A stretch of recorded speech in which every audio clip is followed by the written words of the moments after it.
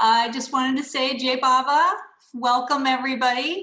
So glad that you're here. This is the Share Books' first Zoom event. We're very excited.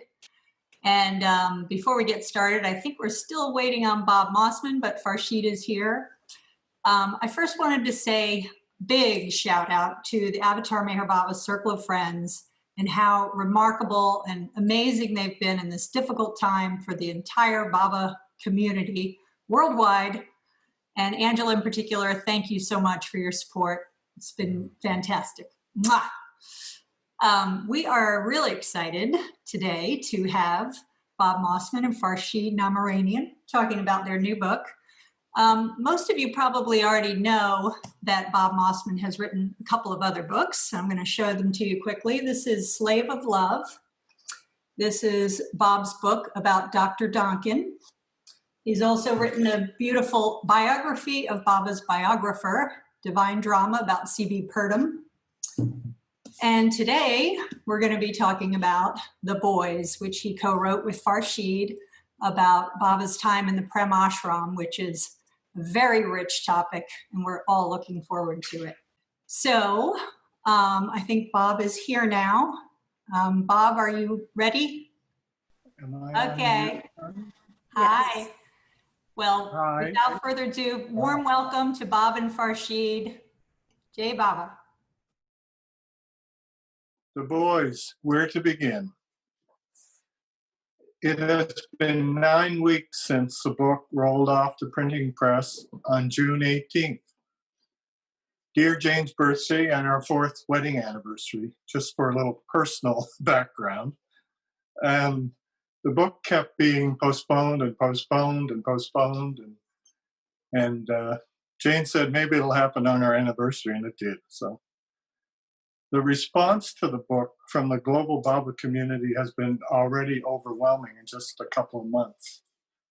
Thank God that Baba followers can read and are good readers. I would like to touch briefly on the words in the early acknowledgement section of the book. Weeping with love is how Ramju describes our Prem Ashram boys. After finishing the Divine Drama and the mind journey that Charles Purdon's life entailed, weeping with love was the only place worth going to. Early on in researching the boys, I had only a minor inkling of what prompted this weeping in our Prem Ashram boys. Farshid says in his introduction to the book that we are all Prem Ashram boys and girls. Baba emphasizes the importance of being childlike in our approach to loving him.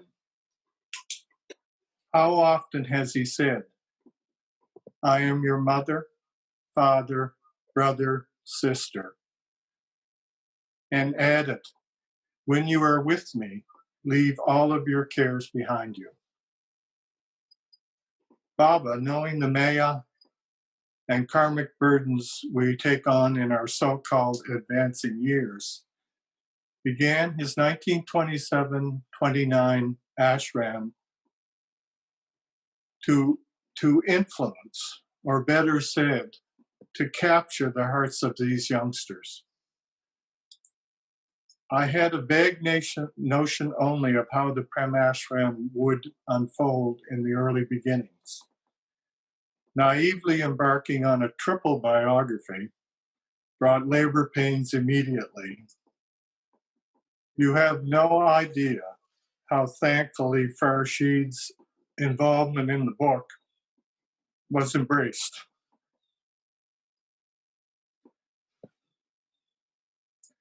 His support and encouragement and the input of others in the Persian Baba community kept the project going for months and months. Early on, Farshid shared his heart with me, recalling the time he wept in the presence of Esphandiar. Witnessing this on leaving the room at Dilruba, Esphandiar turned to Farshid at the threshold and said, "What you are feeling right now is truly the presence of God." So that's the weeping boys as well. Very early in book research, I met Liam Mullen for the first time in the original kitchen at Mayor Center. Liam talked about his screenplay, A Gift of Tears, which focuses on trio member Aga Ali. Liam mentioned another nugget at that little get-together at the kitchen that would lead me much deeper into the family life of Abdullah Pakraban, our sixth plane Chota Baba from the Prem Ashram. Let us look for a moment at this sixth plane experience. I just would like to read a little bit from the boys on this. I thought I had it bookmarked, but it's lost me now. Just let me, bear with me a minute. Choti Baba, I didn't know this when I started the book, but he had a small room attached to the Samadhi. You're going to have to help me here.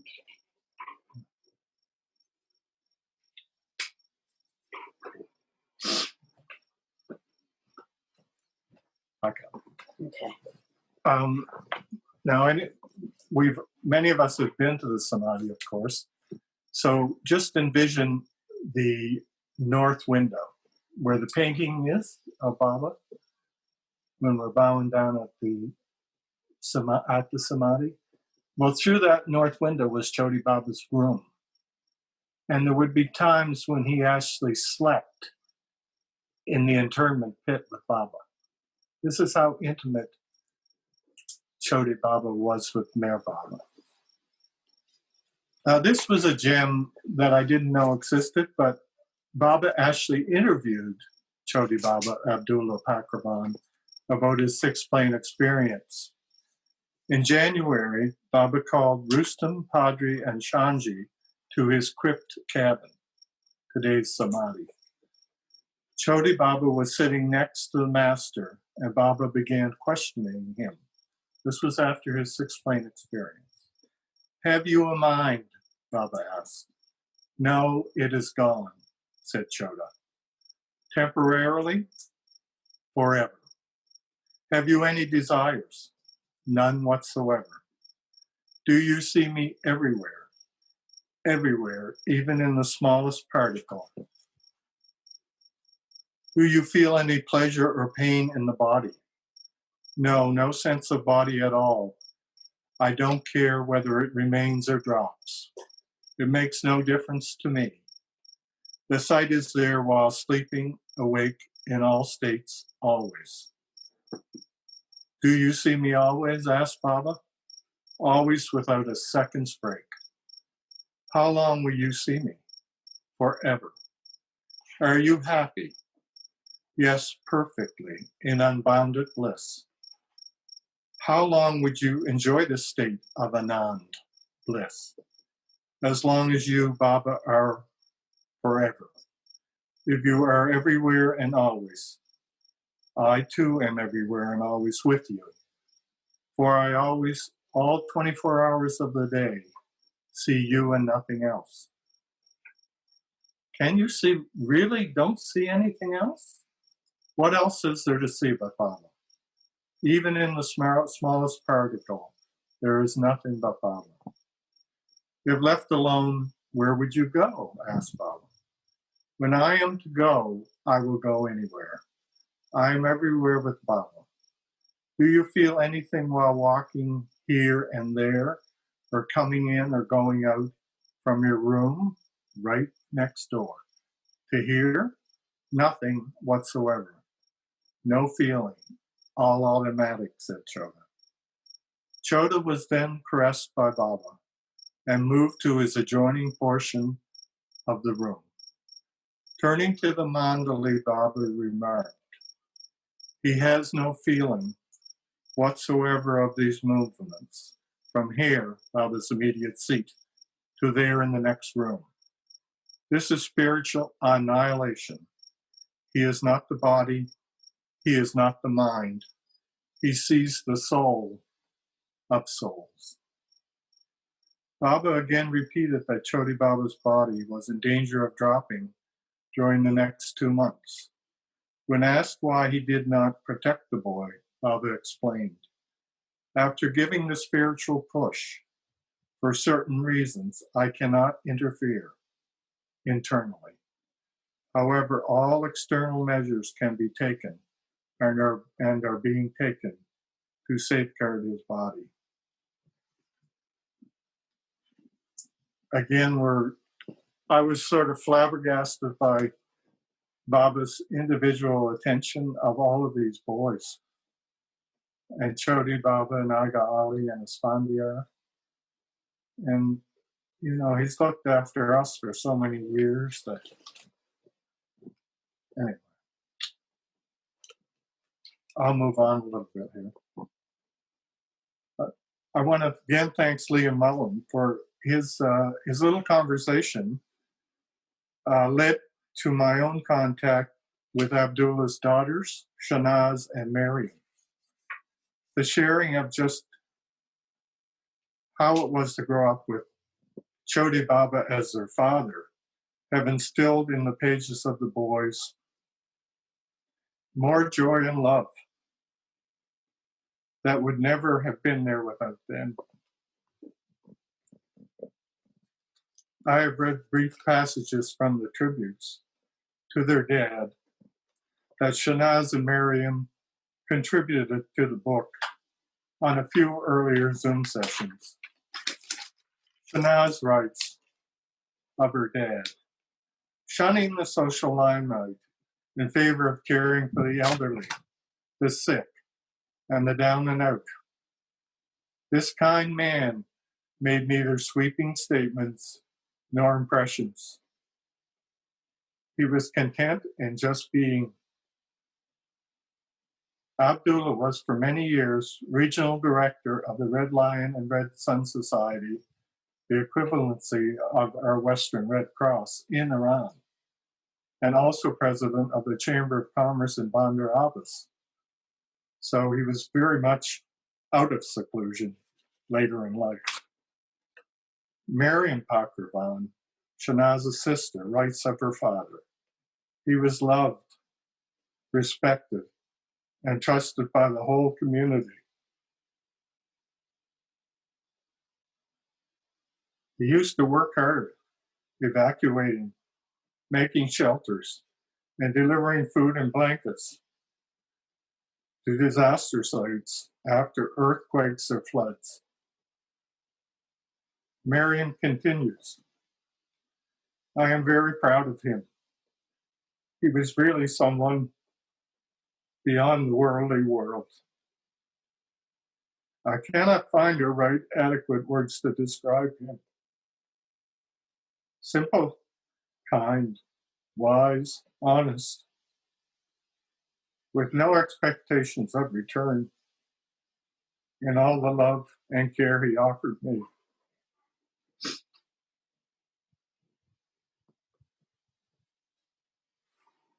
Let us move along now to another trio member, Syed Ali, or as Baba nicknamed him, Aga Ali. Ali is the hero of Ramju's Sobs and Throbs book. He would be removed from the Prem Ashram at least a half a dozen times by his family, especially his father. But he always escaped back from his confinement in Bombay, by train, by walking, by hook, by crook, to find his way back again to Baba's embrace. Ali was indeed fortunate to travel with Baba to the Himalayas in 1929, and later to accompany Baba on his 1931 tour of the United Kingdom and the United States. Ali on occasion could be stubborn and unruly. And Baba said of him once when Ali was being held against his wishes by family members in Persia, "There is love in Ali, the longing, the sorrow of separation, and everything else that is necessary, but it remains to be seen whether he listens to me or not." Ali would spend 4 months in late 1931 traveling with Baba to the UK and USA. Ali's status was not sustained, however, when Baba embarked again on another world tour in 1932. A brief paragraph from the boys reads, Ali would not accompany Baba on his 1932 tour to the West, despite pleas from Western followers that he be a part of the returning group. Anita DeCaro wrote letters, different Margaret Prest wrote a letter. They all wanted Ali to come back with Baba, but he did not. Despite the extra attention Ali had received from Baba in the 1931 tours, his final days in Baba's physical company would soon end. One should remember that Baba ordered all Prem and Ashram boys to maintain and enhance their inner contact with him after departing physically from him. Worldly turmoil came into Ali's life in the mid and later 1930s. His last known, excuse me,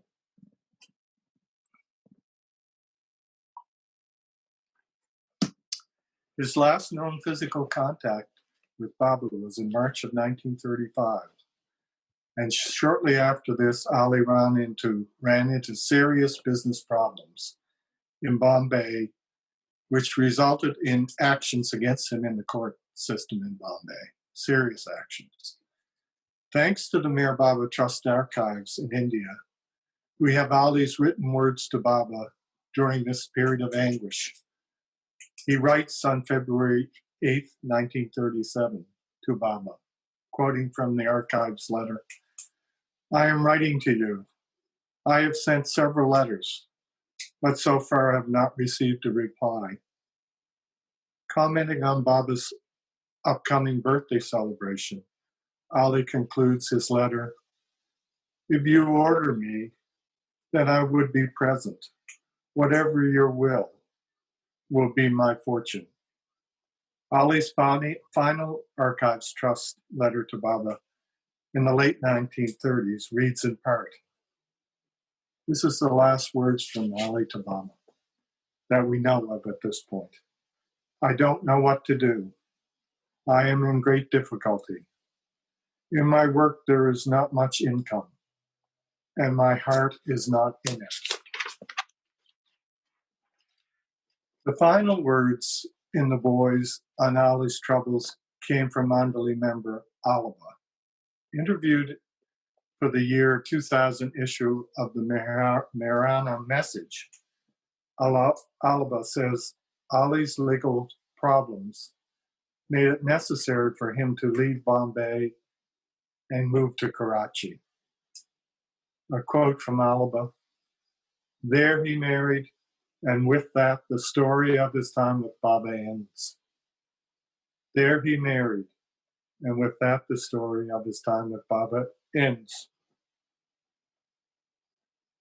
The Boys as a book has been blessed with linkages and transitions that we are truly thankful to Baba for.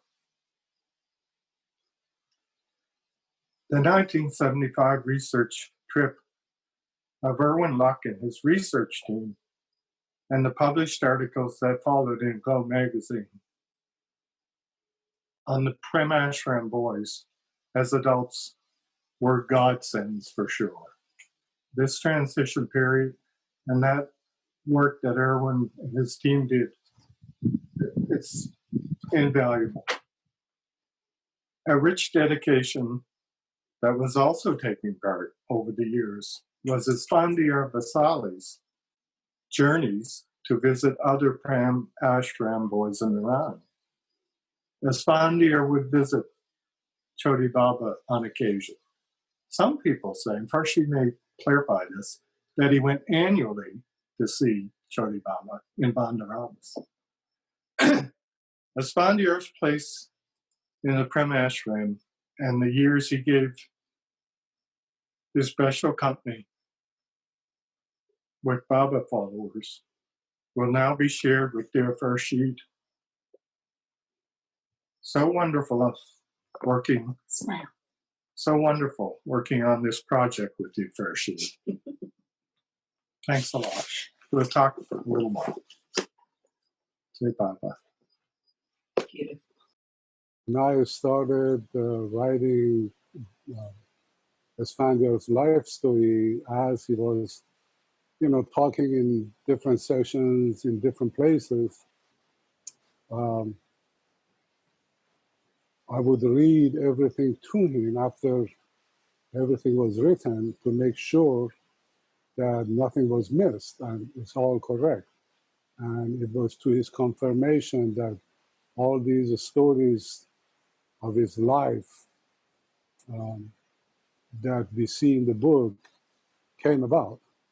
And then, it was in the back of my background, in the back of my mind, when would I be able to write this book and how would I go about doing this? Because I am not a writer.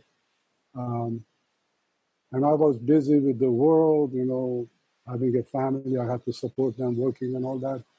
So never really had a chance of doing that. I retired myself a few times, but Baba didn't want it, and he would put me back into work. And it was a blessing. One day I was at Baba's house, walking outside the house, outside the compound, and there was Bob. And I didn't know Bob that well, but he approached me and he said, well, I'd like to write a book about Prem Ashram boys. And I know you have a lot of stuff about Esphandiar. Would you want to share those with me? I said, Bob, you are a descendant of God.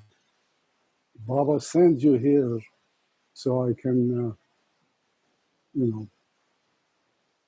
come up with this book. And I would be more than happy and would love to share everything that I know with you. And I remember I gave him the translation that I had made for the book to Bob, and I had recorded a lot of videos during the talk that he had, that Esphandiar had, and Bob asked me if he could, if I could share those with him, and I put DVD DVD discs, because they're on tapes, and there are a lot of them. I mean, if I had given Bob all of them, he probably wouldn't have been able to, for over a year or so maybe, because there are 2 boxes full of, videos. He recorded only the ones that he had, like in a good gathering. Like in Seattle, we had a good Sahabas for a few days. I gave him that, and the talks that he did at the center at Dilruba that I knew, basically it's most of what he wanted to send across to all of us. And I shared those with Bob. Bob went over all those. I think he listened to them, watched them, and basically collected a lot of material from those 2 that you see in the book. So that was basically how my portion of this book came about, and as Bob was putting his version of writing together, he would contact me and we would try to correct things, try basically to get good photos that would, be appropriate for the writing and all that. So throughout, I should say, the years, because it took some time for this book to come about, we communicated many times, and this came about. The book, the boys. It's a wonderful book. It gives the account of the Prem Ashram boys. For me, Baba's work is universal. And why did he start this Prem Ashram and then close it after not even 2 years? After the commitment of the boys were 5 years, and Baba wanted them to commit that 5 years. But after 2 years, he closed it. Why did he start the new life? Why does even Avatar do? It's not particular to those boys at that time. It's a way for all of us to show us that it can be done. The Avatar's work is always like that, universal, to show the humanity that it can be done. If one goes through new life, Baba says this new life is endless and it can be done. So one can go through the new life even now. One can be in Prem Ashram even now by following what Baba wanted from the boys, the purity, the love, the inner guidance of God. That's all that Baba wanted from the boys. And their, one-pointedness. As Bob mentioned earlier, Baba told, at least I know, to Esphandiar, because he was always telling me that when he got up on the hill, Baba told him, from now on, you think of me and nothing else. I am your father, your mother, your brother, your sister, and your family and everyone. Think of me and nothing else, and from now on, keep silence.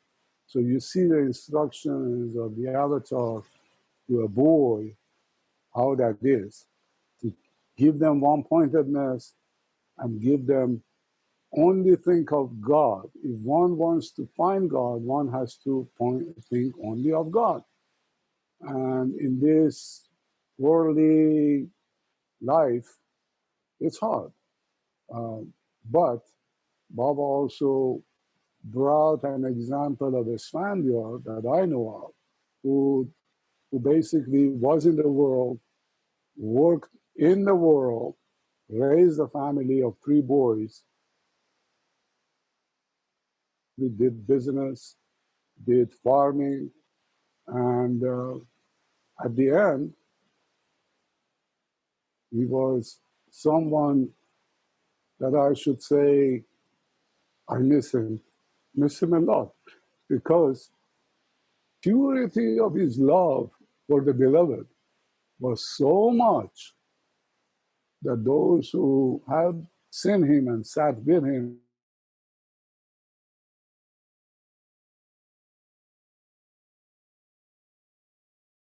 that once sitting with him and not even saying a word would have been enough for one to feel the presence of God and feel the love, the divine pure love. The love that we talk about in the world is not even compared to the purity of the love of the Prem Ashram boys. That pure love is something different. And that's why the boys were crying when Baba's physical presence was not there. And after they matured in that love, even Baba's physical presence was not really something that important, because they had his presence within them. And you can see that many, many times Esphandiar talked about, because we asked him, when Baba dropped his body, did that have any impact on you? He said, my love even grew more. I didn't miss the physical presence because I had his presence with me. And sometimes they ask him, then why did you visit him physically? After 30 years or 28 years, he went back in 1963 to Baba. And he told the audience that you don't understand this. You have to become what I feel to know what I'm talking about. So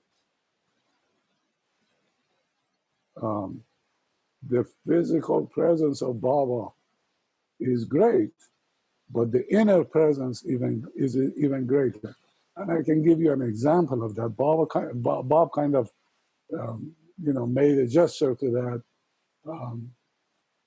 We were sitting in the Ruba at one time, and Darwin was sitting on my right, and Esphandiar was on my left. And I was translating back and forth for them. And at one point, the love was so much that I couldn't bear it. I mean, it was like me, my heart was a being was exploding. I couldn't, it was so much. And I burst into tears. And Darwin told me, what's the matter? What's going on? I said, Darwin, I miss Baba's physical presence. I never got to see him. And Darwin said, I do too. And after that, the room became so quiet. No one was in the room. Though people were in the room, but nobody talked. Nobody said a word. And it became quiet. And everybody sat in the presence of God for some time. And after some time, Darwin's companion told him that, he needs to take his medicine and they need to go. So Darwin said, okay, yeah, we need to go. And they got up, and as they were, going towards the door and saying goodbye to Esphandiar, I was holding Esphandiar because he had a broken hip at the time. And as they were leaving, Esphandiar turns back to me and says, did you feel this love? And I said, yes, Amu. And he said, this was Baba's presence. So basically, he practically showed me, and not only showed me physically, but also showed me internally how that presence is. And that is the presence that I long for, and I've been longing for. And I keep it with me, try to be in that presence no matter where or how, but that it's the main thing that we all have to work for towards our life, basically. Being with Baba. I mean, after all, what is this life? I mean, look at the chaos in the world, and we don't know when we're going to drop this body, so we might as well to love him even the more, to love him to the point that we cannot even bear it. That's the pure love. That's, we all have to work towards, and that is the love that is going to guide us, not only in life. After we drop our body, this love keeps our connection.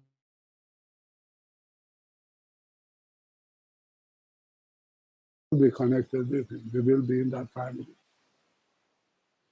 So I'm not going to, I like to kind of go over the book a little bit in one of the sessions, just kind of, give you a feeling of how these sessions were with Esphandiar. This is a session that happened in Mary Spiritual Center in April of 2000. The question was, I feel like we are experiencing Baba and spending time with Esphandiar. And Esphandiar, one should sit in meditation and think only of him. You really have to lose consciousness of your body to be really with him. You do meditation on Baba, not on yourself. Forget about yourself. The body will have to go sometime, but it is best to forget about it right now. The next question, we are not the world by coming here and sharing his love for Baba with us. Would he not rather be alone with Baba? And the Esphandiar says, it doesn't matter. Because for him, the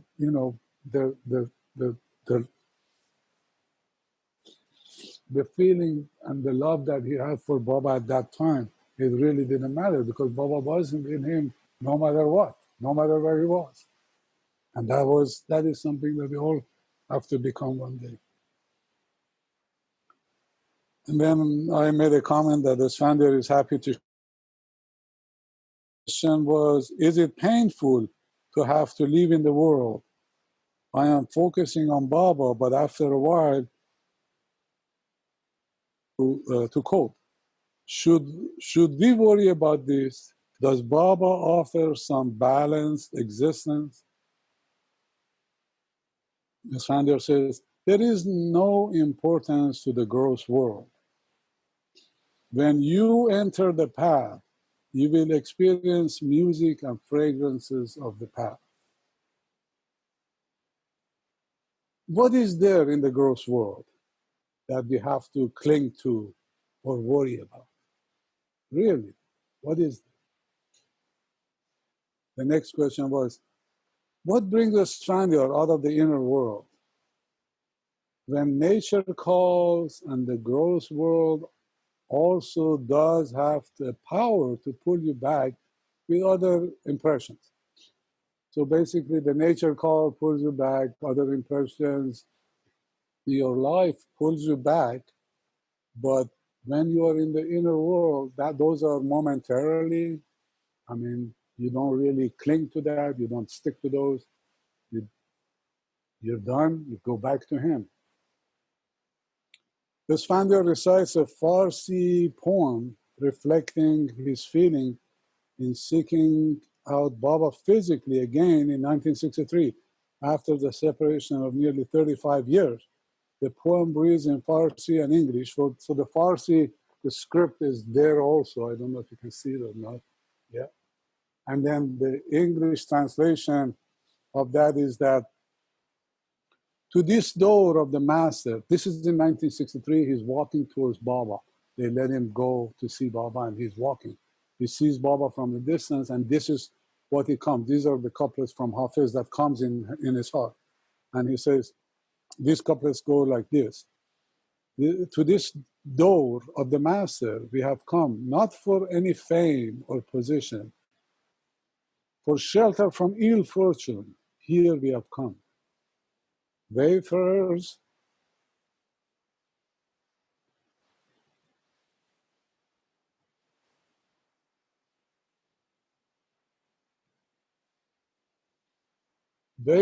of love's stage are we, and from the limits of non-existence up to the climes of existence, all this way we have come. The greenness of the horizon we saw, and from the garden of paradise, in search of this love, we have come.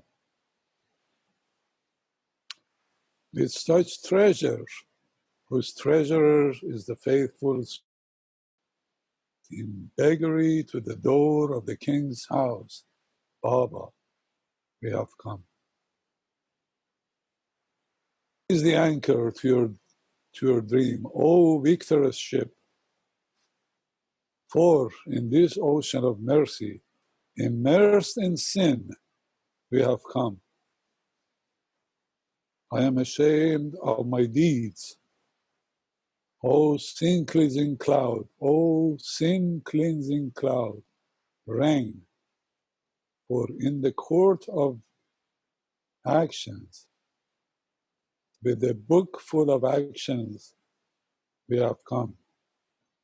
Hafiz, drop this woolen cloak of yours, since we have come from behind of the caravan with fire and sigh. So this was Hafiz, describing Esphandiar's feeling when he was going towards Baba. Then the question came, were there any cables or correspondences with Baba during all of the years when you did not see each other? And Esphandiar said, there were correspondence over the years. I would hear from Baba regarding my inquiries and whether I should come to India. He would usually say to wait and come later, and my longing was increasing more and more from this. So I'm going to stop here. But when you get the book, just read. I mean, it's a treasure. I mean, it's just wonderful. Thank you, Bob, for putting this together. I don't know what else I can share with you. Maybe I can share a little bit of, how I got to know Esphandiar and my background with him. I was born in a Baba family in Iran. Had a lot of ambition in life, as everybody else maybe does. As a youngster, wanted to study, to become somebody, because I was from a poor family. My father was a taxi driver, educated only to 6th grade. He did a lot of farming in the beginning of his life before marrying my wife, father even.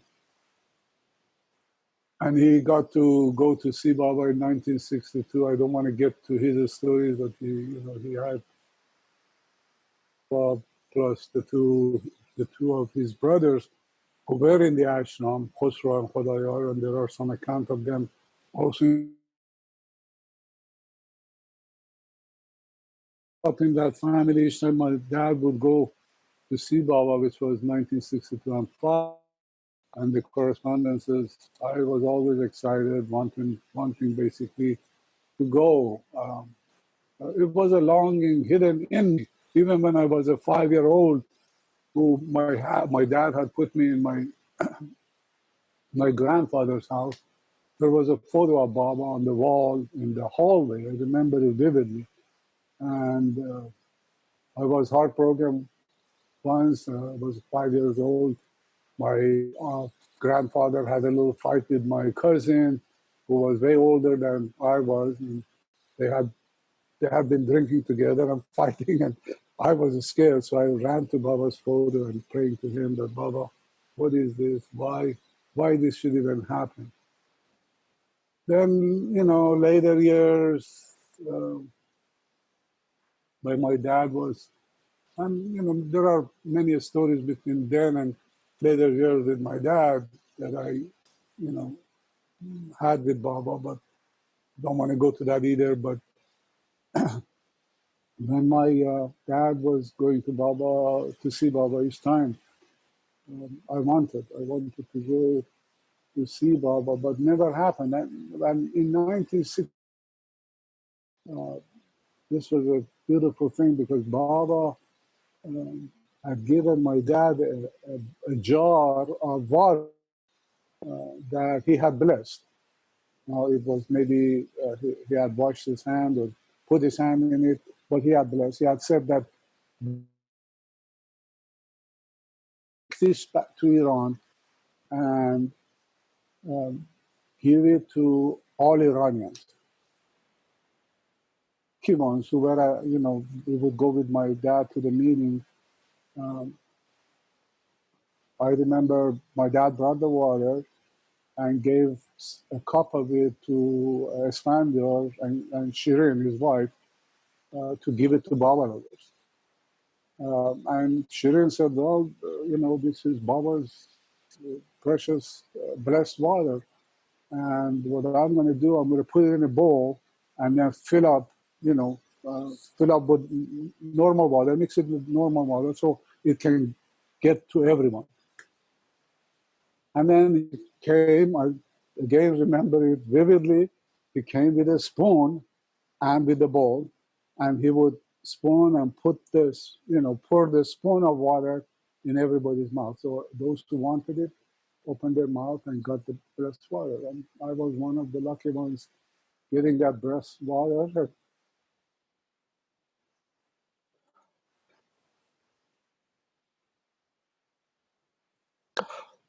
And that kind of, put kind of a, what do you call, some kind of a dressing on my wound, basically. That's what I should say. Or quench my thirst for Baba a little bit. And, this went on, and then my dad said, well, this is water for the whole Baba lovers in Iran, and I'm not going to limit it to Baba lovers who come to the meeting. So this should go to everyone. And then he thought, okay, the best is to the dam, that basically the dam that waters the whole, Tehran and the vicinity and other cities even. So he took the water, and we have some picture of the time that we went to the dam, all of us, the sisters. I don't remember if my older brother was there or not, but my dad and mom, they were all there. And then my dad said, we're going to pour everything in this dam so it mixes with the whole water for Iranians. And that's, then, I should go back to Esphandiar a little bit because I did not know who really Esphandiar was, because I knew through my dad and Shehryar Mehrabanpur, which was actually married to my aunt, so he was my second uncle. I knew that Shehryar was with Baba and Esphandiar was in the Prem Ashram with my uncle, but didn't know really how much was there to know and realize and experience. Let me just bring it to this point that Esphandiar became so close that he was closer to me than my even father and my even blood-related uncles, because every week we would see each other 2-3 times, go to the mountains together, had a lot of functions. But this was before even I knew much about him. But I can tell you, in one of these meetings, they were reading from the translation of the beloved. No, the after good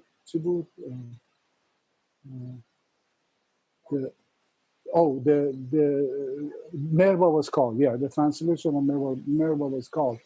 One of the sections was that the one, no, if Baba says, if you have that love for me, that Saint Francis for Jesus, not only will realize me, but you will please me. And then he goes on and says that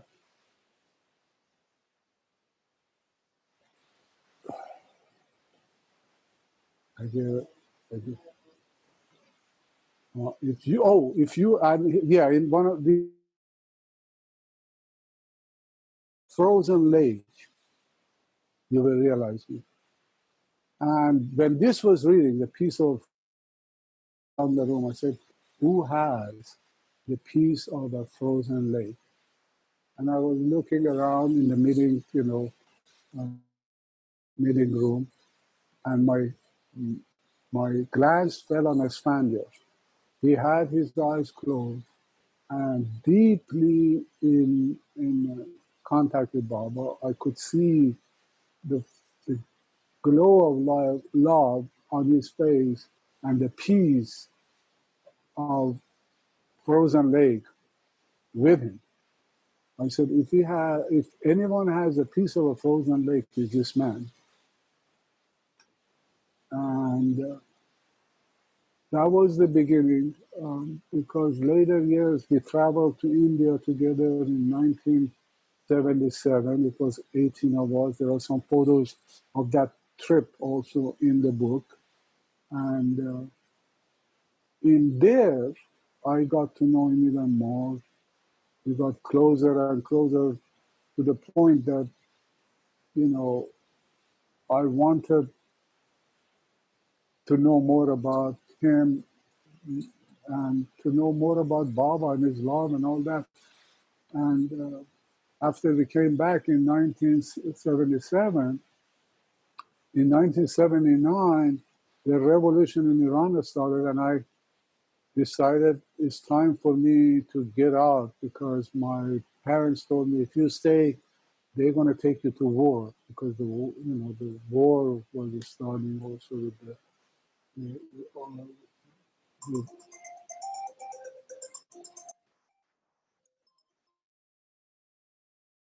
anyway, they they told me, you better go. And then, for me to coming to America, it wasn't easy. But Esphandiar actually made it possible because, as I said, I was from a poor family, no money basically, uh, for education. I had graduated from high school to a college of computer science. So I did a degree in computer science, but after that, I had to either education, which there was no possibility, or go to military. And my parents didn't want that. So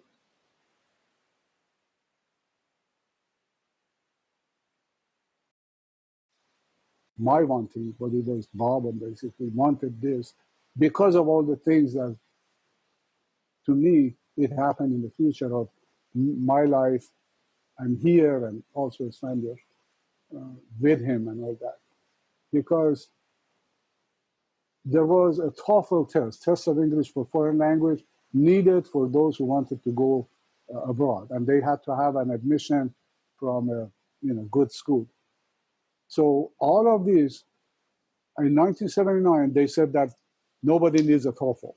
If you have an admission, you can get out. So basically, the admission from college came, and I could get out. But they needed a lump sum money being deposited, so the person would go only for education, higher education, and come back. And Esphandiar said, I will put that money into that account. So Esphandiar was the media putting that money into the account, which was my cousin's account, because it had to be a relative supporting. But he put that money, and my relative cousin supported me to come. And I came, and then when that war started and all that, I wanted to go back. My family said, forget it, you're not coming back. You stay there. Anyhow you can, you stay there.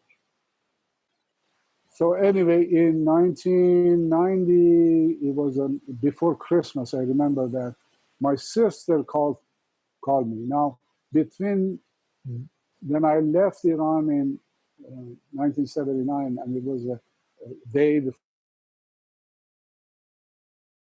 because the day of the silence there, I had to take my suitcase and deliver it to the airline. And then the day after, I fly. Basically, so I was silent. My brother-in-law was translating for me or telling them, hey, you know, be silent.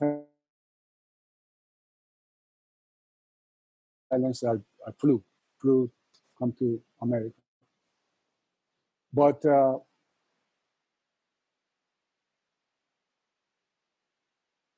90, I was either, you know, in correspondence, writing with Esphandiar or calling. My sister would call sometimes, and Esphandiar was right next to her. So, you know, they would talk.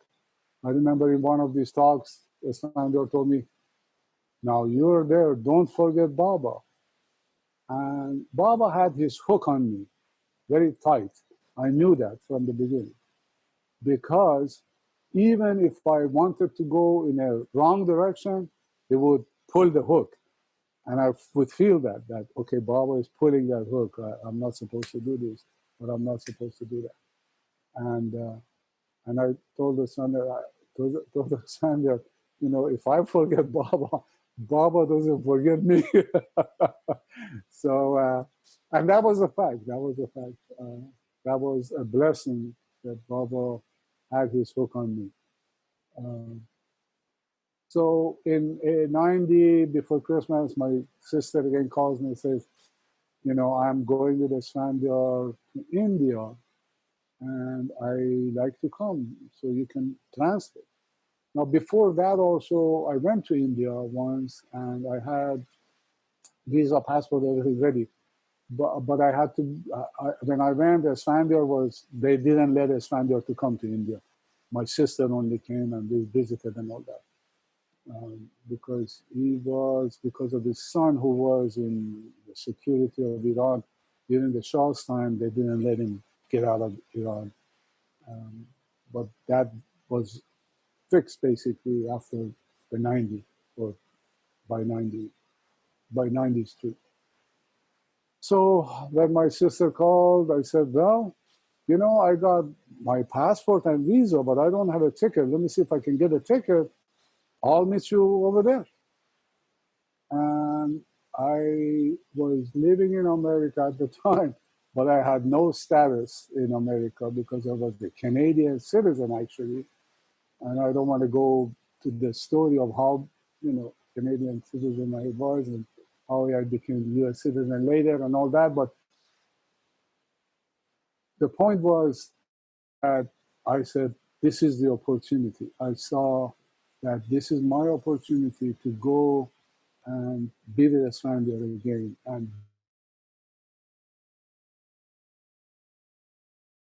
in Mehrabad and Mehrazad, when Esphandiar was there again in 1979. So when they made that call, I said, I have to go. I had no status in America. It was so risky that there was no possibility of me to come back to America. And those who heard the story of the magic shoes, they know what I'm talking about. That's a different story. It's a long story. I don't want to go into that. But I went not to care about anything. I said, I go there. Worst comes to worst, I go back to Iran. Or I can go to Canada at least. So I went, and gosh, that trip was absolutely wonderful. I mean, I cannot really appreciate and thank Baba enough to make that possible. Because of many things that happened, but the gist of it was that when I was with Esphandiar, he started talking about his experiences. He started talking about his life in the Prem Ashram and with Baba that he had never talked about. Even in Iran, he would sometimes sit with us and give us a little gestury, you know, how to love Baba, how to go inward and think of him, image him, and all that. But really, he wouldn't get into too much detail. So So we didn't know much until we get to, because of some reason, I don't want to get into that either. He says, okay, maybe I have to talk now. Maybe I have to, tell everyone what my life is with Baba and how my life was in Prem Ashram and after Prem Ashram. And this might guide some other people also. It might help others too. And that was the start of his talk in early or late 90, early 91, right behind, right where Muhammad was sitting, yeah. So, no, right in front of the Ramsal, I think, or where Muhammad was sitting, because Muhammad was on the different building. So, yeah, he started there, and I had taken a camera. Do you want me to film it? I said, sure, if you can take over the film, I take over the translation. So I sat in his life.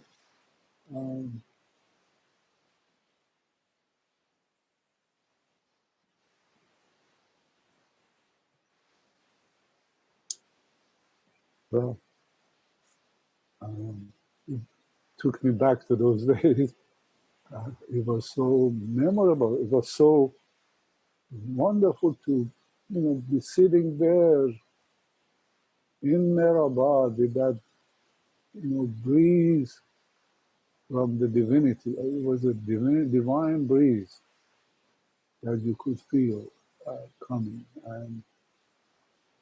And then he was talking about his life and his story of how he came and how he was there to see Baba and, all that. That again, I'm not going to go there. You can read the book.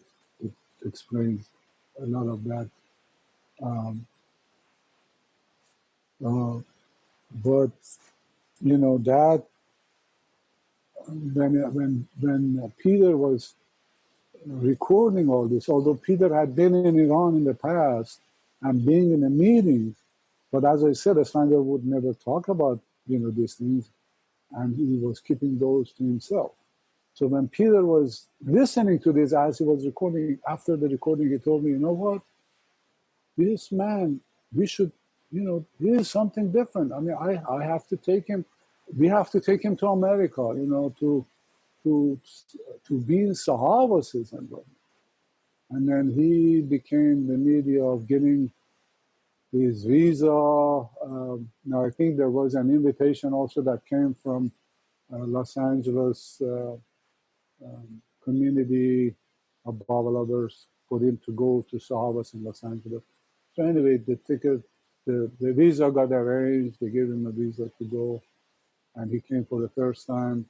It was in 1991. He came to Port Angeles. For those who maybe have joined us from Seattle, they know, that they probably remember that Sahabas. It was just wonderful. I mean, I know in the future I'm going to videos with Baba community, and hopefully we can put a lot of these on the website. There are a few of them actually on YouTube. You can find too. But being with him, it was wonderful. I remember once I was living in Seattle at the time, and my Esphandiar was staying with my sister in Canada. And then she called me and said, you want to come? I said, yeah, I'd like to come and visit. So I went there on the weekend, and I was just sitting there. As Esphandiar was sitting, we were sitting next to each other. My sister said, why don't you say anything? I said, there is no need to say anything,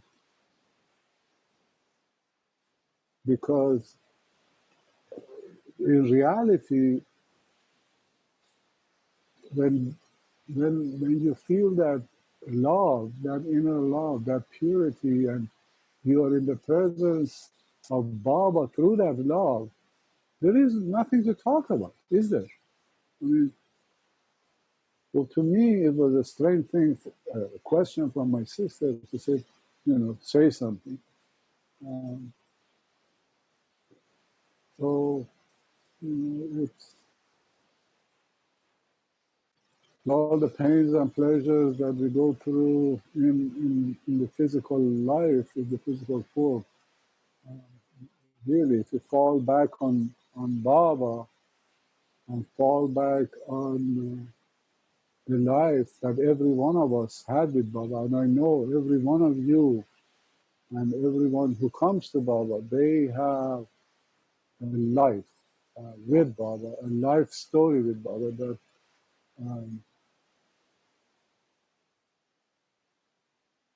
but it's so precious. It's so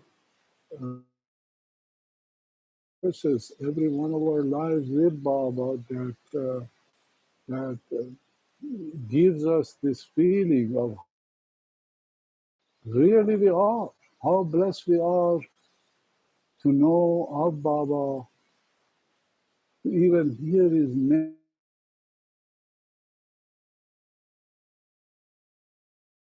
I've been, those who have met the Mandalis, maybe I've been to Meraban, and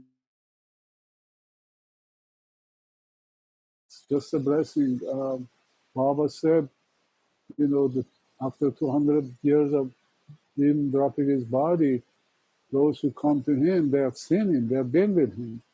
And it is true. I mean, we don't remember it, but in the previous lives, we must have had his contact, his physical contact. Otherwise, there is no way that we could have been with him in this lifetime. So with that said, I'm going to stop and leave it to Laura to direct the rest of it for questions or whatever. Thank you all. Jai Baba. Jai Baba. Thank you so much, Farshid. Thank you, Farshid. And I think Farshid touched on it, but I'll just mention it again, that yes, part of the book is reviewing 30 separate DVD talks that Esphandiar gave over, well, at least 10 years or more. And those talks, Farshid prompted Esphandiar, for want of a better term, to come out of the closet, because he was holding Baba within. And when Farshid talked to him in India, 89, 90, he said, Esphandiar, you have to start talking to us about your experience with Baba. And I'm so thankful, because I only really met Esphandiar once when I holidayed at one trip to the center. And to go through those 30 DVDs that Farshid provided to me, it was just like being in this company. It was beautiful.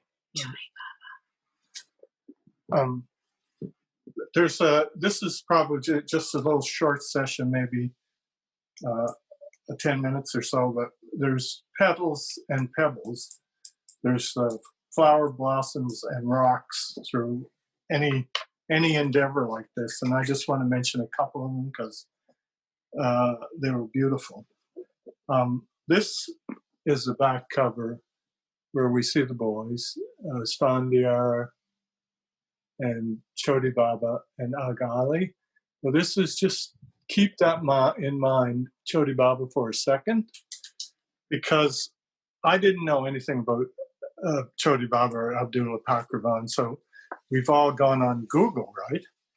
So I went on Google, Abdullah Pakravan, and one day I got a little mention of Abdullah Pakravan. I said, is it like Jim Smith in Iran, right? But it was in a book. It was in a book. And I said, so I tried to find this book, and through my library, local library in Nova Scotia, Lunenburg, and they had to go all the way to British Columbia, the West Coast, to find this book, which is Zazela, which is Abdullah's second wife's autobiography. Well, I sent for the book on a hunch, right? I said, this name is in this book. That's all I knew. I didn't know anything. But when I went to the library to pick this up, and this was a hardcover that I got, I've since bought a new one by Marion Bayham, and there was a bookmark in the book at the library when I picked it up, and they said, you got to pay us $15 for cross Canada borrowing of the book. So I got out in front of the library and I opened where the bookmark was. And I looked and I saw that. Uh-huh. It was pay dirt. It was pay dirt. Because this is a beautiful book. And I think I just went whoopee to Baba in front of the library. Because Abdullah's wife, Miriam, she weaves the whole family story. It's just beautiful, you know. So that gave me a lot of content for the book, right, about Choti Baba. Wonderful. Now, I'll just briefly mention a pebble or a rock along the way, because, and I know for Farshid, I think there was quite a long time that I said this book is coming out at Christmas 2019, and I think I probably told Laura the same thing. But I had a meltdown hard drive in November of 2019, or 1st of December, close to my birthday. Thank you, Baba. Anyway, I had been home to Nova Scotia for a week or 2 weeks before that, just for a brief visit, and I thankfully gave all the pictures to the book designer, because when that meltdown came, I lost a lot of stuff. And I even brought Laura's son Uli into the save me, try to get this information off the hard drive. Anyway, that was a rocky path, and I think I told Farshid right away, all bets are off for Christmas, because I had to regroup. But thankfully, you know, we eventually got the book out in June. Anyway, that's and there's so many wonderful photos in the book, and they're the way they were played by the book designer Nancy Roberts. The cover, Jenny Carton. Both of those women have been with me through all 3 books, and Leah Florence editing the books, and again the transitions and connections. Because at the last minute, we had a previous indexer for the other 2 books, so I thought that person would be available again, but she got pulled into the health system with COVID in Nova Scotia, so I had to go around. At the last minute, I had to find an indexer, and I asked Leah Florence, who edited the book, and Leah said, leave it with me for a while, and she came back with Jay Showers, another Baba follower, and I was so thankful that Jay did the index. But that's one of the last things you do, and you can't have a Baba book without an index, because I've been through so many page-turning defined mention of William Duncan, Charles Purdom without an index. It's a long process. But anyway, those are the pebbles and the petals, and the big blossoming, you know, the people that supplied the photos, be it David Finster, Meredith Klein, Nashwan, Tony Zealous, and Martin and Christine Cook making the photos, Farhad Shafa coming up, you know, taking some beautiful photos in the 1970s, including the closing photo of Choti Baba. I mean, you know, and Nash publishing these things. These are the things that helped us so much. The daughters. Yeah, so much. Shanaz. The cooperation of the families in these books is, you know, Shanaz and Mariam Pakravan, they are in the audience today. So, and I'm so indebted. So, Jai Baba. Jai Baba. Thank you, Bob. Farshid, did you want to speak a little bit more before the questions? Some of the challenges that I faced later was you know, Bob wanted to interview my sister in Iran, and that was a difficult part that I kind of made some kind of um, a WhatsApp arrangement to be able to talk to her. So I told her, because I didn't have a very good reception in Briarcliff, in You're muted. area I am, yeah, with the phone. So me and Bob drove to the mall and called my sister, and anyway, she answered some of those questions, and it, again, you know, a lot of Farsi poems that Esphandiar wanted basically to talk to, you know, he had gestures to do couplets like the one that I read when he was going to see Baba. Bob wanted a lot of those to be in Persian script as well as, you know, translation and all that. So it was a little challenge for me to make sure that the translation is correct, and then my brother-in-law Shaheen helped a lot in using a software to write the script. So some of those sometimes would come, you know, wrong. I had to make the correction, or Bob sometimes would say, okay, it's not really a good size, you need to make it bigger. And Shaheen was sometimes too busy to get all these done. But anyway, all of these, Baba would try us, would challenge us to put it together. So it all, you know, fell into place eventually at Baba's time, as Bob said. It took some time together, but it did. And thanks again to our Lord, beloved Avatar, Mir Baba, that made it, you know, something to come for prosperity for people even now who again like to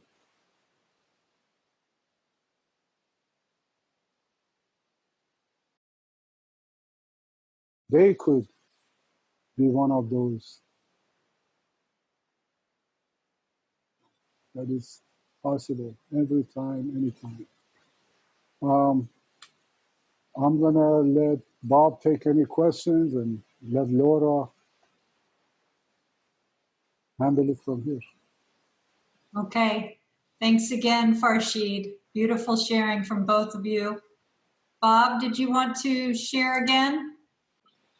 I think I'm ready for questions, and Farshid will help there with Esphandiar questions, of course. I know Shanaz and Miriam Maybe there. may be there, and they may want to say hi, or they might just want to witness. So if they want to, Miriam, if you want to say hi, I think you have to put your hand up, It's the maybe. daughter of. Daughter of Choti Baba or Shanaz. Or just unmute yourself. Yeah, or unmute yourself. Right. We'll give her a chance, but he's busy. Anyway. Is that a dude or what? We did have one question through chat earlier from Ann Giles. And her question is, did Baba give them a glimpse of the plains or raise them up permanently? And I'm not sure if she wants to add more to that, but that's what she had written. He certainly gave them a glimpse of the plains.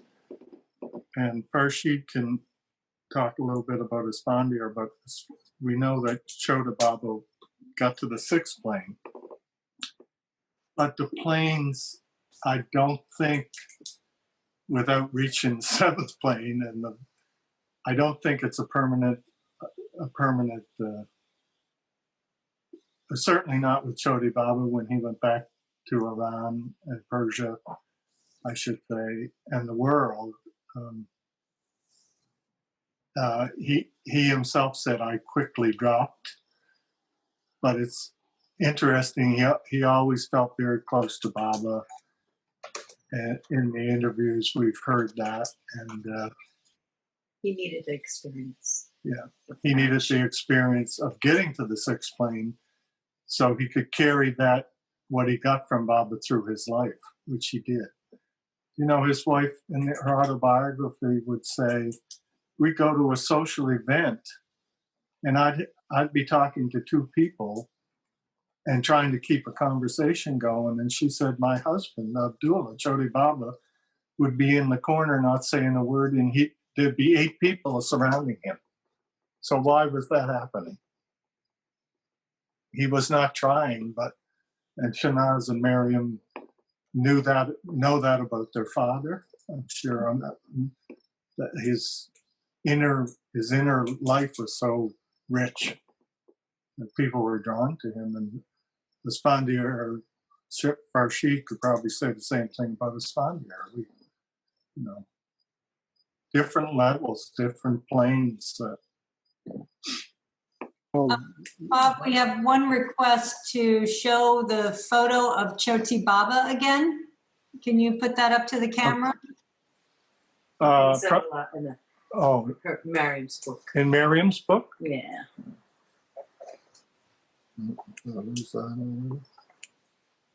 Yeah, this is at the that's at the Prem Ashram. So that's along with other photos on the page. But as I said, that was the nugget when I opened the book. The bookmark was there, and I just had this wonderful book to draw on for material for the boys, right?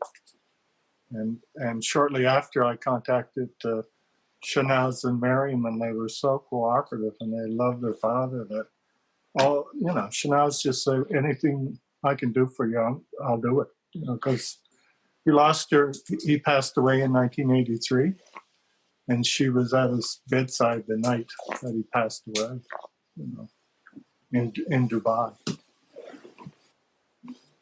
Farshid, did you want to respond to that question? Yeah, to me, I don't know about Chota, and I'm sure Baba raised them and stationed them in the plane of consciousness. It wasn't just, it was a glimpse of it. Chota Baba was stationed on the 6th plane of consciousness when he was with. Now, the reason he was brought down to the normal consciousness without having consciousness was because of the instructions that the master or the father, I can say here, because to me, looking at a father who is wealthy and give a lot of his wealth to his son and says, okay, here is my wealth, but I give you instructions how to protect your wealth. And the son goes behind the back and doesn't really pay attention to the father and starts spending that wealth. It's gone in a matter of no time. So they were stationed, definitely they were stationed on the planes of consciousness at the time. Now, Esphandiar was stationed on the 3rd plane of consciousness at the time that he was in Prem Ashram. And Baba had told everyone that Esphandiar is on the 3rd plane of consciousness at the Prem Ashram time. And then later years, actually, I used that to pull things out of him. Because I questioned him. I said, you are on the 3rd plane of consciousness. In God Speaks, Baba says, those who are in planes of consciousness, they can bring other souls to their own level. And so why don't you do that? And in later years, when I was in contact with him, through his life stories that he talked about, I realized that Baba raised him to the 4th plane of consciousness momentarily, just for a glimpse of time. I think, I'm not sure if it's exactly in the book or not, but I shared that with a lot of people when he was talking about it. the way he talks about, and I'd like to talk about that just to give you a glimpse of how that purity of love is and how love can give you the infinite power within you. Because the love does everything. The love that you have takes you to the plane of consciousness actually follow you, as Bauji said. You don't have to follow the planes will follow you. The reason being, you all have to do is to focus on that love and have that love. So when you have that love, the planes will follow you. The reason being, Esphandiar, at some point, he feels that through the love, he has this power, infinite power, suddenly overwhelms him. And Baba says the master always protects you on the fourth plane of consciousness because you can do miracles, you can create, worlds and whatnot. But the master is there to protect you because if you misuse that power, you go back to the Stone Age, basically. So what happens to Esphandiar when he feels the infinite power, he says, okay, let me see if I can raise that book off the shelf. And he said, okay, I tried, I couldn't. Now here is the master protecting him. And then he said, well, let me use that law, that power, and see if I can use that power and love him even the more. So when he starts loving Baba with that power, he feels that he is in an ocean of shoreless, ocean of love. He's just swimming in an ocean of love. He's just love, nothing else. And then what Baba does through that love, he momentarily gives him a glimpse of the fourth plane and he pushes him to the fifth plane. Because Baba says, fifth plane, you feel that infinite ocean of purity, of love, of divinity. Basically, the divine love is on the fifth plane and then the sixth plane. So he had that. He was stationed in that plane. From my experience in that plane, and then later years, it was before his life. I would, people would question me, if you are merged with Baba, how could you come back? How I'm not dropping your body. Then he would say to me, there are some sanskaras holding you back. There are some sanskaras holding you back. But he was on the sixth plane of consciousness before he dropped his body. I felt that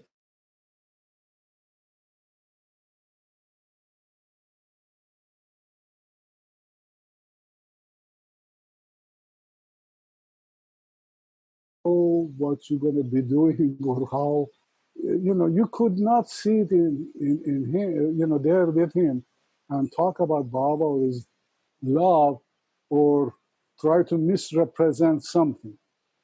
I saw that many times in him. I once even tried that intentionally. I put a lot of dirty stuff in my mind, and I came in front of him thinking about those things, just thinking about those things, and see what he thinks. He ignored me. He kind of didn't even talk to me after that for some time until I was, and I did that with Muhammad also, with Muhammad the Masked. I was sitting next to Muhammad and I tried the same thing just to see how his reaction was. And the same thing. When I was thinking about Baba or loving Baba with Muhammad or Esphandiar, they would cheer up. They would be beaming. And I knew that they know what I'm thinking, what's in my mind, what's in my heart. So, they definitely got a glimpse of it. Also, got stations and a glimpse of it. In reality, the planes of consciousness are in the domain of illusion. They're not real yet. But it's a feeling, or it's a how the divinity is, how God is, how that divine love is, or one who becomes one with God will be. So going through gross plane to the subtle plane, it's more precious than being stationed. It's a step forward. You know that you are on the right path, and eventually you will get to the beloved. You will become one with the beloved. But unless and until one becomes one with the beloved, is all happening in the domain of illusion. But it's more beautiful to be on the sixth plane or fifth plane of consciousness, to have that purity of love, than being engrossed in the gross world. That's definitely true too. Laura, back to you. Okay, thank you, Farshid, and thank you, Bob, so much, and for everyone coming. We could open up for free chat. I don't see any questions, but we can allow people to unmute themselves if they want to pipe in. Anybody? Oh, we got somebody. Judy? Hi there, Farshid. Jay Baba. Jay Baba, Judy. Good to hear you. And thank you so much for your shares today. It brought me, okay, start my video. It brought me back to the time at Mehrabad when I had the great good fortune to be living there and doing samadhi duty from 3 to 5 every day. And I don't remember precisely the year. I think it was in the late 90s, maybe early 2000s, when Esphandiar and Goher came over together and spent, I don't know, 2 or 3 months at Mehrabad. And every day they would come up precisely at 3 o'clock when I was beginning my shift on duty at the Samadhi. And of course, that was the time. 3 to 5 was sort of quiet time for pilgrims or even villagers, and then tea time. And literally no one came but the two of them. And Esphandiar would sit on one side of me, and on my right side, and Goher on my side, and I was on the center seat for the duty. And we would sit in silence in Baba's presence at his samadhi in a way that was deeper than anything I remember experiencing at Baba's samadhi, the enhancement of his presence with Baba. And I wonder if you could please share with us, in the latter part of Esphandiar's life, he would speak very openly, lead people in a meditation on remembering him in Ardel, which I translate for myself, rightly or wrongly, as loving Baba from the bottom of your heart. Could you share with us some of what he shared during those last years of his life about loving Baba from the bottom of our hearts? Sure. The last, or one of the last Sahavas that Esphandiar attended he was invited to Canada to talk about Baba. And, the later years, he wouldn't talk too much. And his hearing was getting worse. Sometimes what I would, the question that I would try to translate across to him, he would not say it directly, but he would answer it. to this extent that in that last hour, talking and all that, he told me, you know everything, go ahead and say, you know, I don't have to talk about this thing. You know it, go ahead and say. So the stories of his life and all that, that people would question, I would answer.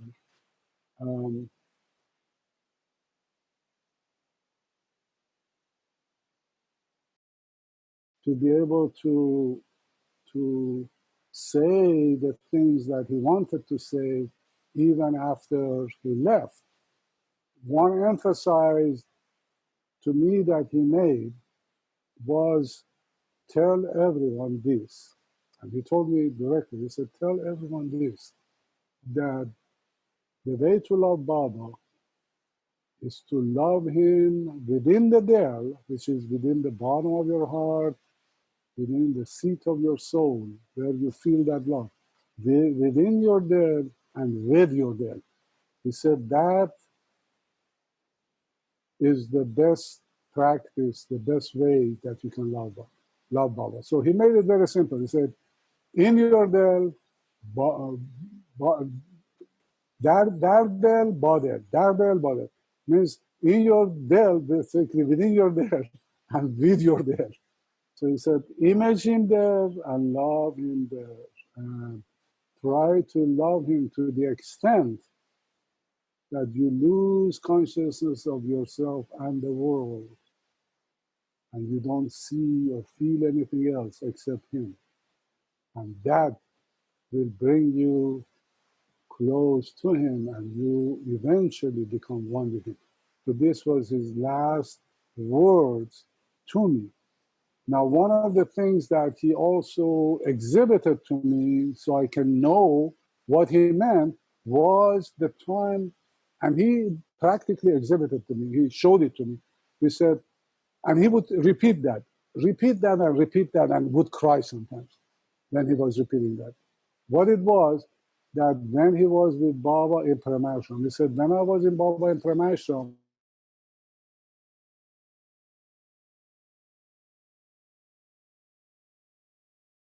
my eyes, and he was there at the door.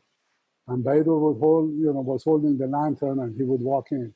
He would come to me, and I was, in deep longing and loving with him, and he would come and stand right next to me, and I would embrace his legs, like that.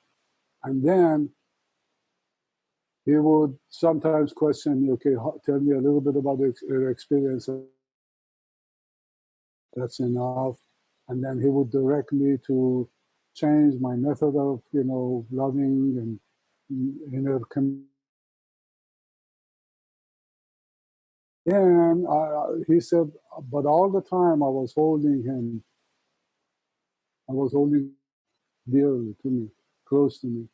And at the end, when he wanted to leave, he would jerk his legs and shake his legs that I knew that he wanted to go. So I would, let grip of my hand go so he can go away. And then he would cry. Why he did that? And I asked him directly, why I'm remembering all this? He said, you have to do the same thing. You have to find a moment that is precious to you with Baba. Find a photo of Baba that brings that purity of love, invokes that purity of love in you. And then you remember that all the time. You try to think of that all the time. Think of that or image that photo all the time. And that will basically get you closer to Baba, get you closer to Baba. So that is something that I'm glad you brought it up, Judy, that he wanted me to give it to everyone. And here it is, God on a gold platter. What more do you want? It's up to us now, Baba said, I have sowed the seed of love in your heart. And in spite of diversity, in the world, that love eventually will have to flourish. So he has planted that seed. It's up to us to see, to care and see that seed grows, and to fertilize it with our love and with our attention, and let it grow to become the tree that he wants, to fruit, the fruit of divinity that he wants. So that is the justice. Thank you. Jai Baba. Thank you, Farshid. I got to quit. We have just till 2 o'clock, but we do have three more questions. Alan, are you ready? Thank you so much, Bob and Farshid. The gratitude is just can't find words. That last suggestion about remembrance, wow, that is so precious. Thank you so much. And I want to give another shout out to Angela and all the companions. This is just amazing. For me, this virtual Zoom platform on Circle of Friends is blossoming and expanding into an ongoing virtual East-West gathering. And I am so very grateful. And of course, on Tuesdays at 8:30 p.m. in India, 11 a.m. on the East Coast here, 8 a.m. on the West Coast, we have ongoing weekly house concerts.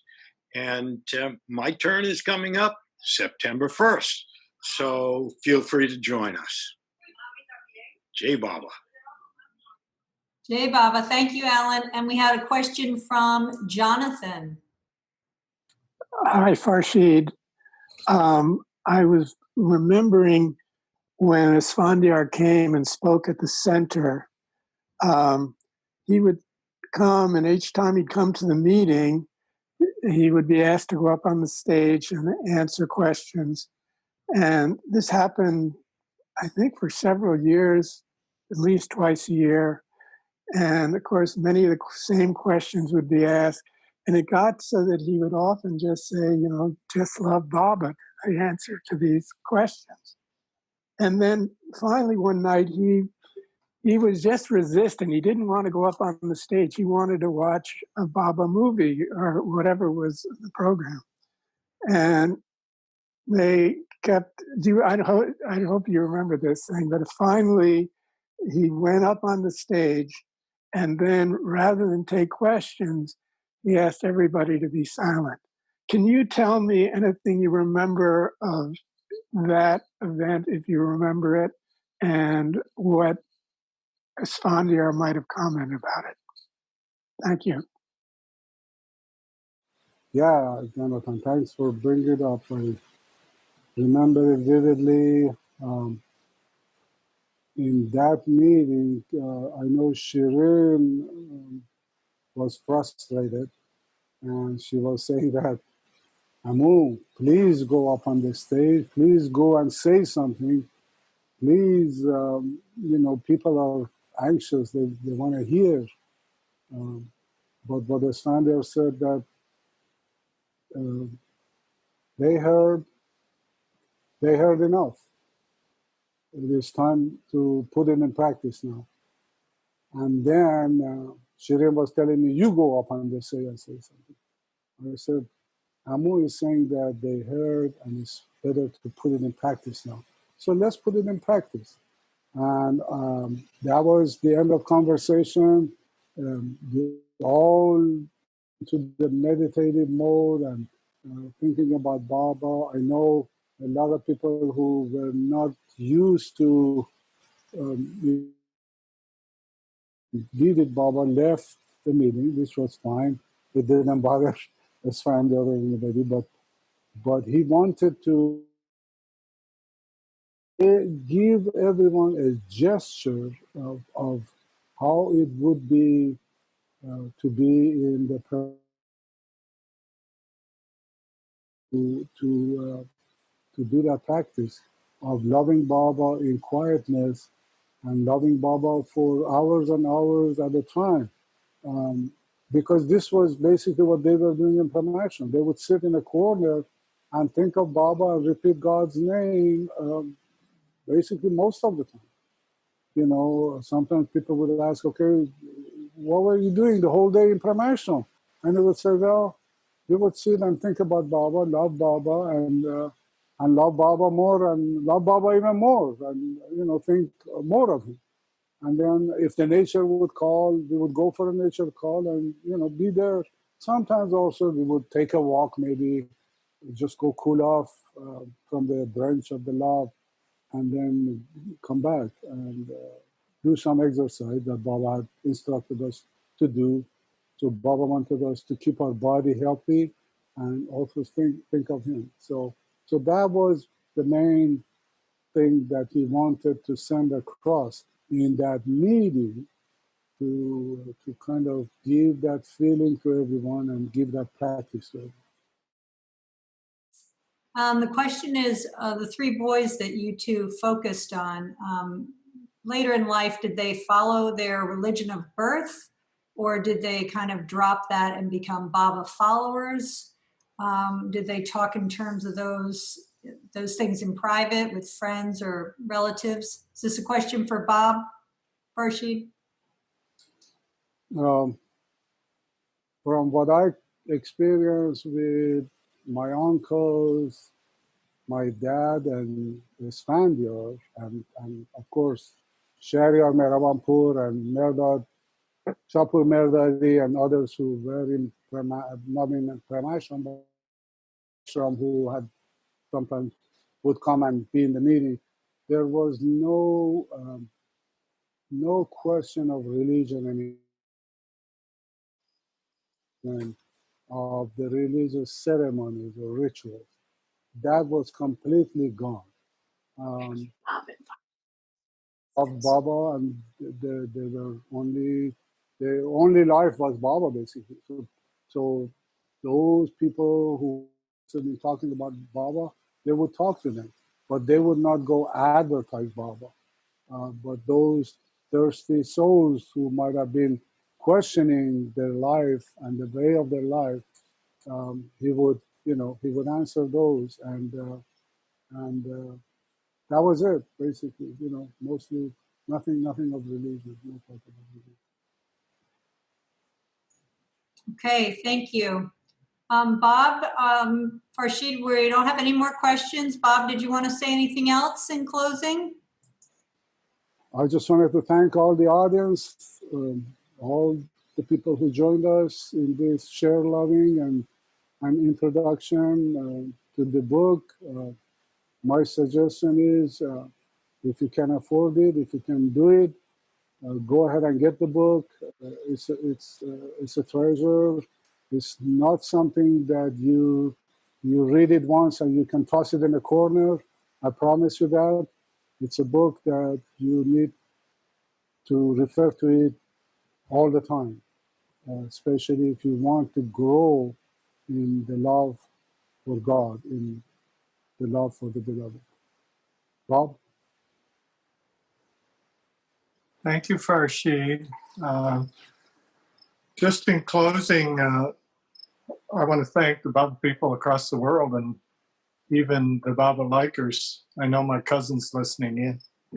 And we're overwhelmed with the response. And my brother and sister-in-law are also listening in. We're really overwhelmed with the response. So the second printing of the book is coming up next week. So it's that. And they've gone to Australia. They've gone, it's unbelievable. And we're very, overwhelmed. Sweden, Paris. Yeah. Peru, Paris. Anyway, I want to thank Laura and Sherry, our books, and Angela and the Circle of Friends. And to Iran, too. For making this, pardon? For making this possible. Sorry, Farshid. Pardon? Pardon, Farshid, sorry. Go ahead. Oh, the book went to Iran also. Oh, good. That's good news. Wow, fantastic. Yeah. That's great news.